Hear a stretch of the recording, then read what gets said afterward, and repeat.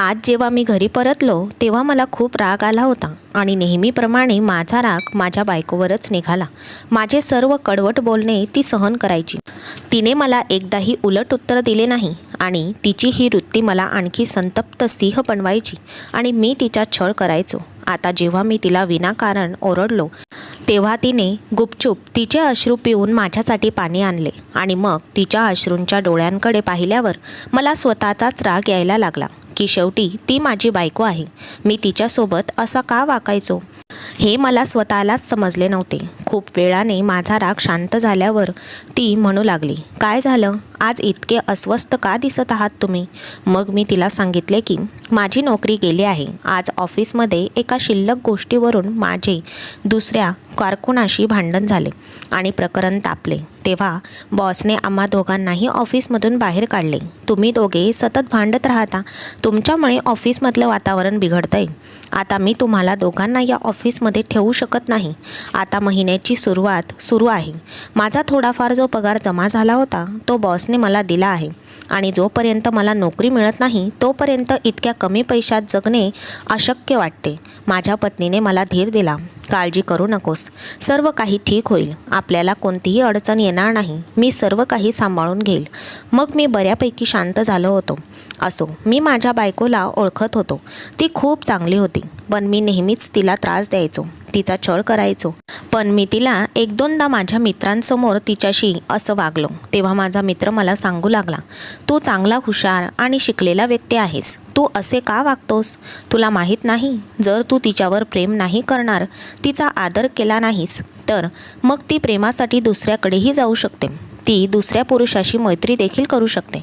बरं, तुझी बायको तुला सोडून दुसऱ्यासोबत गेल्यावर तू काय करशील? एवढ्याच विचारात माझं मन थिरकायला लागलं होतं। मी माझ्या मित्रावर खूप राग व्यक्त केला आणि त्याला सांगू लागलो, माझी बायको तशी नाही आहे, तू विचार करून बोलायला हवं होतंस, तू समजून बोलायला हवं होतंस। मग तो माझा हात धरून मला म्हणाला, मी तुझ्या बायकोला दोष देत नाही आहे, मी तुला समजावून सांगतोय की जर तू असे केले तर तुला या परिणामांना देखील सामोरे जावे लागू शकते। मुलींचे हृदय खूप नाजूक असते, जर तू तिच्या हृदयाची काळजी घेतली नाही आणि तिला दुखावतच राहिलास तर तू तिचे हृदय कधीही जिंकू शकणार नाहीस। मला त्याचे शब्द अजिबात आवडले नव्हते। कुटुंबात जो पुरुष आपल्या पत्नीशी चांगले वागला त्याला रणमुरीद असे म्हणतात आणि मला माझ्या नावासोबत तो शब्द जोडायचा नव्हता। मी माझ्या वडिलांसारखा होतो आणि मला या शब्दाचा खूप तिरस्कार होता। हा शब्द ऐकताच माझ्या आयुष्यात संतापाच्या ठिणग्या वाढू लागल्या। आज दिवसभर नोकरी शोधून घरी आल्यावर जेव्हा मी माझ्या पत्नीला घरगुती रेशनबद्दल विचारले तेव्हा ती म्हणू लागली की तिने ते सर्व रेशन काही दिवस अगोदरच घरी आणले होते। आश्चर्याने माझे तोंड उघडेच राहिले। तू काय बोलत आहेस? तुझ्याकडे पैसे कुठून आले? आता मला तिच्यावर संशय येऊ लागला। एवढे पैसे तिच्याकडे आले तरी कुठून? ती म्हणू लागली की काही दिवसांपूर्वी तुम्ही मला नवीन कपडे बनवण्यासाठी पैसे दिले होते, मग मी ते ठेवून दिले होते, तेच पैसे रेशन घ्यायला कामात आले। हे ऐकून मी तिच्या शहाणपणाने प्रभावित झालो, पण मला तिला काहीही सांगायचे नव्हते। आज रात्री जेव्हा मी तिला माझ्याकडे बोलावले तेव्हा तिच्या शरीरावर विचित्र खुणा असल्याचे पाहून मला आश्चर्य वाटले। तिला कोणीतरी नखांनी ओरबाडल्यासारखे बनवले होते। माझ्या स्पर्शामुळे तिला वेदना होत असल्याचे पाहून मला शंका येऊ लागली की हे सर्व कोणी केले आहे। मी तिला विचारले, खरं सांग, आज तू कुठे गेली होतीस आणि तुझ्या अंगावर या खुणा कशा आहेत? हे ऐकून ती घाबरली आणि मग म्हणाली की मी कुठेही गेले नाही, होय मी तर घरीच होते, तुमचा गैरसमज झाला आहे। आणि सर्वात आश्चर्याची गोष्ट म्हणजे आम्ही आता खूप गरीब झालो होतो। आमच्या लग्नाला 7 वर्ष उलटून गेले होते, आम्हा दोघांनाही मुलं होत नव्हती आणि आम्ही दोघेही स्वतःचे उपचार घेत होतो, त्यामुळे माझा तो पगार देखील कमी पडत होता आणि आता तर तो पगारही येणं बंद झालं होतं। आता जर मध्यभागीच हे उपचार बंद झाले नंतर ते पुन्हा सुरू करावे लागतील, यामुळे मी खूप काळजीत होतो। मी शक्य तितक्या लवकर काही काम शोधण्याचा प्रयत्न करत होतो जेणेकरून मला औषधं संपण्यापूर्वी डॉक्टरांशी बोलता येईल। आज संध्याकाळी घरी आल्यावर बायकोने सांगितले की औषधे संपली आहेत, उद्या घरी आल्यावर घेऊन या। तिचे बोलणे ऐकून मी रागाने तिला म्हणालो की तुला माझी परिस्थिती माहीत आहे, मला नोकरी मिळत नाही, माझ्याकडे पैसे नाही आहेत, मी हे कुठून आणू? मग तिने माझ्या हातावर पैसे ठेवले आणि सांगितले की मी काही पैसे वाचवले आहेत, तुम्ही त्यातून औषधे आणा. तिच्या हातातले ते पैसे पाहून मी बराच वेळ तिच्याकडे बघतच राहिलो. खरं सांग, काय करत आहेस तू? काय चाललंय? तुझ्याकडे एवढा पैसा आला कुठून? मग तिने माझ्या डोळ्यात बघितले आणि म्हणाली, मी तुम्हाला आधीच सांगितले आहे की मी हे माझ्याकडे जतन केले होते, जेणेकरून माझ्यावर वाईट वेळ आली तर मी त्यांचा वापर करू शकेन. पण मला माहीत नाही तुम्हाला माझ्यावर विश्वास का नाही. तुम्हालाही माहीत आहे की मी कधीच काही चुकीचं करू शकत नाही. मी तिचं बोलणं ऐकून गप्प झालो. ती बरोबर होती, पण प्रश्न पडत होता की मी तिच्याकडे खूप कमी पैसे द्यायचो. तिने ते स्वतःवर खर्च करण्याऐवजी ते पैसे ठेवले असतील का? हा विचार मला एक विचित्र अनुभूती देत होता. आज रात्री देखील मी माझ्या बायकोकडे गेलो. माझ्या हाताचा स्पर्श होताच ती वाईटरित्या किंचाळू लागली. तिच्या तोंडातून वेदनेने आक्रोश निघू लागले. मला आश्चर्य वाटले. तुला काय झाले आहे? काहीतरी सांग. मग मी पाहिलं तर आज तिच्या अंगावर पूर्वीपेक्षा जास्त खुणा होत्या. तिला काय झालंय? अंगावर या खुणा कशा आल्यात? मग ती ओरडली आणि म्हणाली की मला कुठल्या तरी किड्याने चावा घेतला आहे आणि या खुणा त्याच्या चाव्याच्या आहेत. या खुणा संपूर्ण शरीरावर बनल्या होत्या आणि प्रत्येक 2-3 दिवसांच्या आड मला या खुणा दिसत होत्या.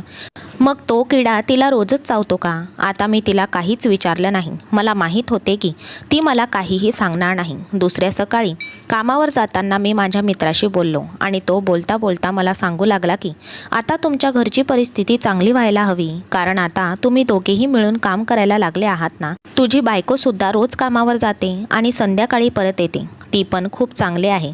ती तुझ्यासोबत काम करते. तू तुझ्या बायकोचा आदर करायला हवास. मी तुला आधीच सांगितलं होतं की तू खूप भाग्यवान आहेस. एवढी चांगली मुलगी तुला मिळाली आहे. पण माहीत नाही तू तिचा आदर का करत नाहीस. असे म्हणत तो तिथून निघून गेला. पण माझ्या पायाखालची जमीनच निघून गेली होती. माझ्या अनुपस्थितीत माझी बायको कुठे जाते? आणि ते म्हणतात ना, माझ्या मागे क्या गोल खिला रही है.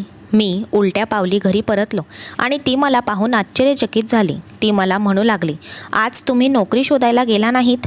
मग मी तिला रागाने सांगू लागलो की तुला मला घराबाहेर का काढायचे आहे? तुला कुठे जायचे आहे का? किंवा तू कोणाला आपल्या घरी आमंत्रित केले आहेस का? मग ती काळजीत पडली आणि मला सांगू लागली की मी कुठे जाऊ? मी घरीच राहते, कुठेही जात नाही. त्यानंतर मी 3 दिवस घरीच राहिलो. मला माझी पत्नी कुठेही जाताना दिसली नाही. पण आता जेव्हा 3 दिवसानंतर तिच्या हातात मी पैसे पाहिल्यानंतर माझ्या मनात शंका येऊ लागली होती की नक्कीच काहीतरी ती चुकीचे करत आहे. ती काहीतरी करत होती जे माझ्या नजरेपासून दूर होते, जे माझ्यापासून लपवले जात होते.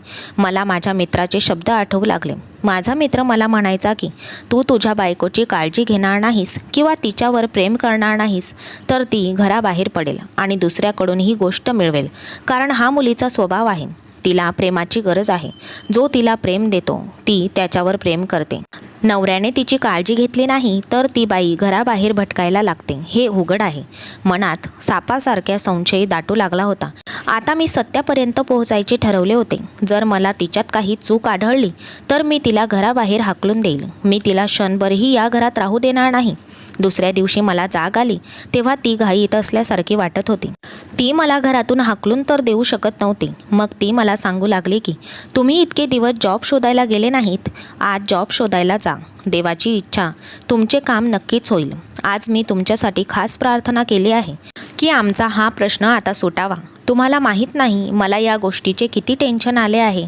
मग मी मनात विचार केला की तिला टेन्शन तर असेलच ना, कारण माझ्या उपस्थितीमुळे ती घराबाहेर जाणार नव्हती. ती नेमके काय करायची, कुठे जायची हे मला माहीत नाही.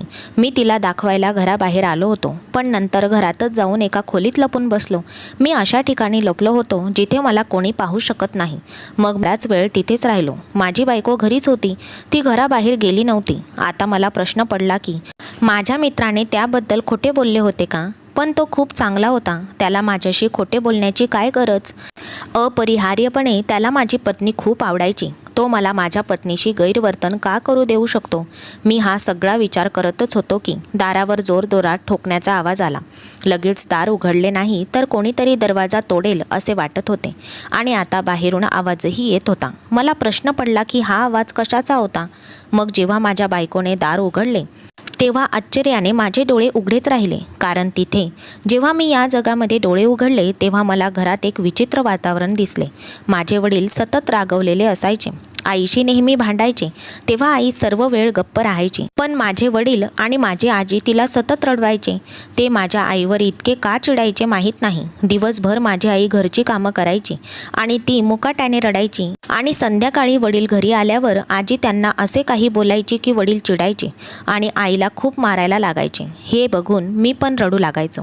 या जगात मी माझ्या आईवर सर्वात जास्त प्रेम केले होते. असे नाही की मला माझे वडील आवडत नव्हते, परंतु जेव्हा ते माझ्या आईशी इतके वाईट वागायचे, तेव्हा ते तिच्यावर अत्याचार करायचे, तेव्हा मला त्यांचा खूप राग यायचा. माझ्या आईचा वारंवार अपमान करण्याचा, तिच्यावर हात उचलण्याचा अधिकार त्यांना कोणी दिला होता? जेव्हा मी मोठा झालो तेव्हा मला समजले की जे काही होत आहे ते आमच्या आजीमुळेच होत होते. संध्याकाळी वडील घरी आले की आजी वडिलांना आईविरुद्ध गोष्टी सांगायची आणि एक दिवस तर आमच्या घरी वडिलांचा चुलत भाऊ आला होता. तो खूप चांगला होता आणि तो पण वडिलांच्या अशा वागण्यावर खूप रागवला होता. इतका की तो माझ्या आईला म्हणू लागला की तुम्हाला तुमच्या नवऱ्याचा हाताचा रोज मार खाण्याची काय गरज आहे? तुम्ही त्यांचा अत्याचार का सहन करता? तुम्ही शिक्षित आहात, तुम्हाला कुठेही नोकरी मिळू शकते. तुमच्या मुलालाही तुम्ही तुमच्या जवळ ठेवा आणि या जगातून मुक्त व्हा. जेव्हा मी तुमच्याकडे पाहतो तेव्हा मला तुमच्याबद्दल खूप वाईट वाटते. आई रडायला लागली आणि म्हणाली की माझे या जगात कोणीही नाही. माझे आई बाबा नाहीत, ते माझ्या लहानपणीच वारले होते. माझे काका, त्यांनी मला वाढवले आणि माझे लग्नही केले, पण त्यांनी मला सांगितले होते की आता त्यांच्या घरचे दरवाजे माझ्यासाठी बंद आहेत, कारण त्यांच्या पत्नीला मी अजिबात आवडत नाही. आता माझे इथे कोणीही नाही, मी कुठे जाऊ शकणार आहे? आई हे बोलत असतानाच समोरून बाबा आले आणि काकांच्या समोरच आईला मारहाण करू लागले. आजी म्हणू लागली की या तुझ्या बायकोची करतूत आहे. तू घराबाहेर गेल्यावर ती सुद्धा घराबाहेर पडते आणि कधी कधी ती सर्वांसमोर रडून आपली सर्वांची बदनामी करते. आजीचे बोलणे ऐकून बाबा आणखीनच चिडले. मग त्यांनी काकांनाही घराबाहेर हाकलून दिले आणि सांगितले की आज नंतर मला तू या घरात दिसायला नकोस. त्यांनी आईलाही इतके मारहाण केले की ती आरडाओरडा करू लागली. मी खूप घाबरलो होतो. मग वडिलांनी मारणे बंद केले, पण हे सर्व पाहून मी वेडा झालो होतो. काही काळानंतर मला माहीत नाही की माझ्या आईला असे काय झाले होते की ती अचानकच आजारी पडली. कोणीही उपचार न केल्यामुळे तिने या जगाचा निरोप घेतला. आता आजी पण खूप आजारी पडायला लागली होती. म्हणूनच वडिलांनी पुन्हा लग्न केलं. मला त्यांची दुसरी बायको अजिबात आवडली नव्हती. तिने माझी अजिबात काळजी घेतली नाही, पण माझ्या वडिलांकडे नेहमी माझ्याबद्दल तक्रारच करत असायची. तिने आजीला वेळेवर जेवणही दिलं नव्हतं. जेव्हा आजी तिच्याबद्दल तक्रार करायची तेव्हा बाबा म्हणायचे की तुला माझ्या पहिल्या पत्नीचाही त्रास होता आणि आता हिचाही आहे. मला माहीत नाही की तुला कोणीही का आवडत नाही. आता आजीसुद्धा रडायची. ती म्हणायची की मी रूपासोबत खूप अत्याचार केले, तिला माझ्या मुलाकडून मार खाऊ घातला आणि आता मला माझ्या कृतीची शिक्षा भोगावी लागत आहे. की भूक लागली असूनही तू मला वेळेवर जेवण देत नाहीस, औषध देत नाहीस, माझी काळजी घेत नाहीस. तेव्हा माझी दुसरी आई हसून म्हणायची तू स्वतः म्हणत आहेस की ही तुझ्या कर्मांची शिक्षा आहे, मग तुझी माझ्याबद्दल काय तक्रार आहे? त्यावेळी आजी त्यांचे बोलणे ऐकून गप्प बसायची आणि नंतर काही वेळाने आजीनेही हे जग सोडले. त्यानंतर मी पाहिले की वडील गेल्यावर सावत्र घराबाहेर पडायची, तर कधी कधी दिवसभर घराबाहेर असायची आणि आता ती एका काकांना पण घरी बोलवायला लागली होती. कधी ती मला खेळायला पाठवायची, तर कधी मला पैसे देऊन दुकानावर पाठवायची. मी काकांबद्दल विचारले तर ती म्हणायची की तू तुझ्या वडिलांना काकांबद्दल सांगितलंस तर मी तुझ्या विरुद्ध तक्रार करेल की तू माझ्याशी गैरवर्तन केलं आहेस. आता तीही मला पैसे देऊ लागली होती. पैशांच्या लोभामुळे मी माझ्या वडिलांना याबद्दल काहीही सांगितले नव्हते आणि आता मी मोठा झालो होतो आणि मला सर्व काही समजू लागले होते. आता मी पण शाळेत जाऊ लागलो होतो. जेव्हा मी शाळेतून परत यायचो तेव्हा माझी आई तिच्या खोलीत बंद असायची आणि काकाही तिथेच असायचे. मी विचार करायचो की ते दोघे एकाच खोलीमध्ये काय करत असतात, हेच मला कळत नाही. मग एके दिवशी मी खिडकीतून डोकावले तेव्हा मला कळले की ते दोघेही घाणेरडे काम करत होते. हे बघून मला एक विचित्र अनुभूती आली. मग मला वाटले की हे सर्व बाबांना सांगावे, कारण हे चुकीचे आहे. पण तरीही आई मला हे कोणालाही सांगायचे नाही, ती सांगायची. मग जेव्हा मी माझ्या वडिलांना सांगितले तेव्हा त्यांनाही त्रास झाला. एके दिवशी मी शाळेतून घरी आलो तेव्हा घरात खूप आवाज येत होता. वडील आईला खूप मारत होते. त्यानंतर तिला घराबाहेर हाकलून दिले. त्यानंतर वडिलांनी मला सांगितले की मी तुझ्या आईचा खूप छळ केला आहे. तिच्यावर झालेला अत्याचार आठवला तर मला रडावेसे वाटते. देवा मला माफ कर, मी असं करायला नको होतं. बाबांनाही आपली चूक कळली होती आणि तेही सदैव देवाकडे माफी मागत राहायचे. जसजसा वेळ जात होता तसतसा हा विचार माझ्या मनावर घर करून गेला की प्रत्येक स्त्री ही फसवणूक करते. प्रत्येक स्त्री ही माझ्या सावत्र आईसारखीच असते. तिचा नवरा घरातून बाहेर पडताच ती इतर पुरुषांना घरी बोलावते. माझ्या वडिलांचा एकटेपणा पाहून मी त्यांना लग्नाबद्दल सांगितले तेव्हा ते म्हणायचे की आता माझा कोणावरही विश्वास नाही. तू मोठा झाल्यावर तुझंही लग्न होईल, म्हणून समजूतदारीने लग्न कर. ही आयुष्यभराची गोष्ट आहे. माझ्याही मनात शंका निर्माण झाली होती. आणि मग मी कॉलेजमध्ये शिकत असतानाच अचानक माझ्या वडिलांची तब्येत बिघडली आणि त्यांना हृदयविकाराचा झटका आला. मी त्यांना दवाखान्यात घेऊन गेलो तेव्हा डॉक्टर म्हणाले की त्यांची काळजी घेऊन त्यांना आनंदी ठेवण्याचा प्रयत्न करा. मग एके दिवशी ते देखील मला सोडून गेले. किती दिवस मी या दुःखाने रडत राहिलो. जगात मी एकटाच होतो, मला कोणीही उरले नाही. या विचाराने मी काळजीत पडलो होतो. जेव्हा मी शुद्धीवर आलो तेव्हा माझे सर्व काही काढून घेतले गेले होते. माझे वडील आजारी असताना त्यांचा सगळा व्यवसाय त्यांचे मित्र सांभाळत होते आणि त्यांनीच तो व्यवसाय आणि पैसे हे सर्व ताब्यात घेतले होते. आता या घराचाही ताबा त्यांनी घेतला होता. तो व्यक्ती मला सांगू लागला की माझे वडील दिवाळखोर झाले होते. त्यांचे दिवाळं निघालं होतं. त्यांनी माझ्याकडून कर्ज घेतलं होतं. आता एकतर हे कर्ज मला परत कर किंवा घर माझ्या ताब्यात दे. माझ्याकडे त्यांना देण्यासाठी पैसे नव्हते. मग मी हे घर त्यांच्या ताब्यात दिले आणि त्यांना सांगू लागलो की तू माझ्यावर अत्याचार केलेस, हे सर्व तुझ्यावर नक्कीच होईल. मग तो हसला आणि म्हणाला की माझे कोणीही काहीही नुकसान करू शकत नाही. जा, तुला जे हवे ते कर. मी पुन्हा इकडे तिकडे भटकत राहिलो. छोटे मोठे नोकरी करत राहिलो. माझ्या खात्यात असलेल्या पैशातून मी एक छोटंसं घर घेतलं होतं आणि मग एका ठिकाणी कामाला लागलो होतो. मग मी पूजाला भेटलो. पूजा इतर मुलींपेक्षा खूपच वेगळी होती आणि मी तिला लग्नासाठी प्रपोज केले. तेव्हा तिने माझा प्रस्ताव स्वीकारला. पण देवाच्या कृपेने आजपर्यंत आम्हाला मूल होऊ शकलं नाही. मला माझ्या बायकोकडे कोणतीही तक्रार नव्हती.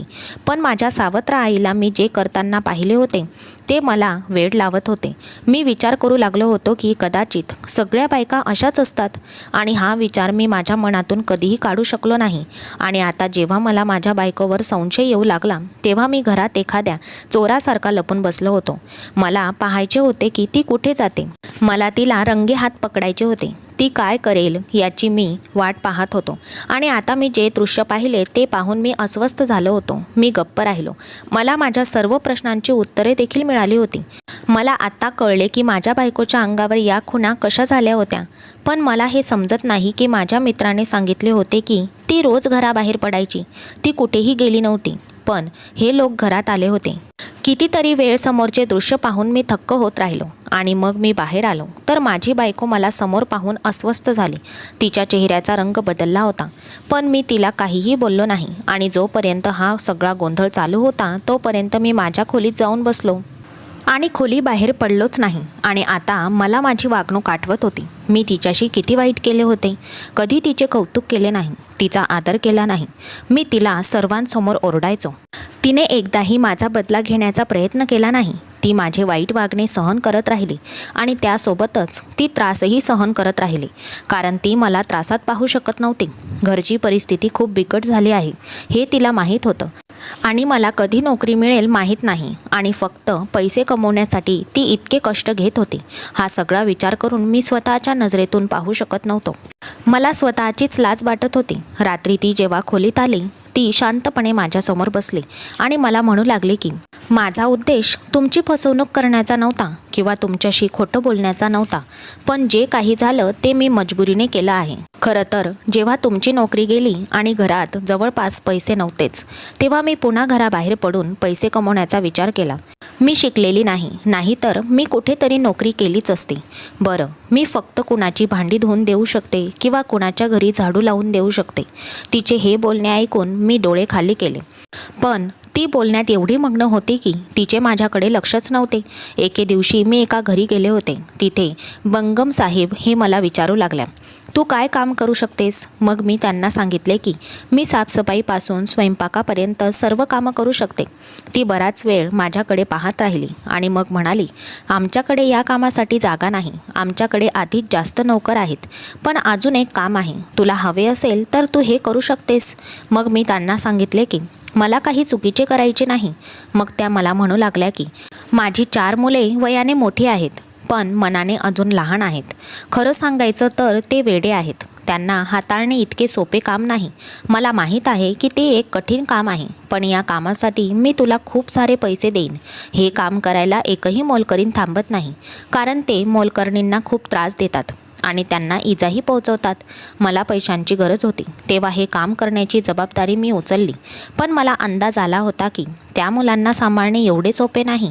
त्या मुलांचा मेंदू अजिबात काम करत नव्हता. कधी ते काहीतरी उचलून मला मारायचे, तर कधी ते त्यांच्या नखांनी मला जखमी बनवायचे. त्यामुळे माझ्या शरीरावर या खुणा तयार व्हायच्या. कधी कधी या खुणा खूप खोलवर असायच्या, ज्यांना मला स्वतःला खूप त्रास व्हायचा. पण मी तुम्हाला याबद्दल कधीही सांगितले नाही. मी माझी समस्या व्यक्त केली नाही. मला माहीत आहे की जर तुम्ही मला याबद्दल विचारले असते तर माझ्याकडे त्याचे उत्तर नसते. आणि त्या दिवशी जेव्हा तुम्ही मला सांगितले की तुम्हाला माझ्यावर संशय आहे, तेव्हा मी हे मालकिणीला सांगितले. मी माझ्या मुलांना मोलकरणीच्या मदतीने तुझ्या घरी पाठवेन, असे ती सांगू लागली. आणि संध्याकाळी तुझ्या नवऱ्याचे आगमन होण्यापूर्वी माझा नौकर माझ्या मुलांना घरी आणेल. अशा प्रकारे तू त्या मुलांची काळजी घेऊ शकतेस आणि तुझ्या नवऱ्यालाही तुझ्यावर संशय येणार नाही. मी पण तिच्याशी सहमत झाले. माझ्याकडे दुसरा पर्यायच नव्हता. बस एवढंच सत्य आहे जे मी तुमच्यापासून लपवले आहे. मला तुमचा विश्वासघात करायचा नव्हता, पण मी हे सर्व करत होते कारण ते आपल्या दोघांच्या फायद्याचे होते आणि तुम्हाला नोकरी मिळेपर्यंत मी हे काम करायला तयार आहे. तिचे बोलणे संपल्यावर मी मोठ्याने रडलो आणि तिला सांगितले की मी स्वतःला याच्या लायक समजत नाही. तुझ्यासारखी चांगली स्त्री माझ्याशी लग्न करेल, कारण मी तुझ्याशी खूप वाईट वागलो. पण तुझं संगोपन खूप चांगलं झालं आहे, हे तू तुझ्या वागण्याने सिद्ध केलंस. आज माझ्या मनातील सर्व शंका दूर झाल्या. मला माहीत होते की हे काम खूप अवघड आहे, कारण ते मुलं माझ्या पत्नीला दुखापतही करायचे. जेव्हा मी तिला सांगितले की आज नंतर तू हे काम करणार नाहीस, तू तुझ्या मालकिणीला सांगून टाक की तू ही नोकरी सोडली आहेस आणि त्यांनी दुसरी मोलकरीण ठेवावी. मग दुसऱ्याच दिवशी देवाच्या कृपेने मला एका चांगल्या ठिकाणी नोकरी मिळाली. मला याबद्दल खूप आनंद झाला आणि आता मी ओव्हरटाईमही सुरू केला होता. मला माहीत होते की जर मला आयुष्यात पुढे जायचे असेल आणि यशस्वी व्हायचे असेल तर मला अधिक कष्ट करावे लागतील आणि आता मला पुढे जाण्यापासून कोणीही रोखू शकणार नाही. माझ्या मनात माझ्या पत्नीबद्दल विश्वास आणि उत्साह निर्माण झाला होता. ती कधीच चुकीचे करू शकत नाही हे मला माहीत होते आणि कोणी मला तिच्याबद्दल काही सांगितले तर मी त्यावर विश्वास ठेवत नसायचो. एके दिवशी संध्याकाळी जेव्हा मी कामावरून घरी आलो तेव्हा माझी पत्नी मला सांगू लागली की आज कोणीतरी राहुल सर तुम्हाला भेटायला आले होते. ती जे नाव बोलली ते ऐकून मला धक्काच बसला. हे राहुल सर कोण आहेत असा प्रश्न मला पडू लागला होता.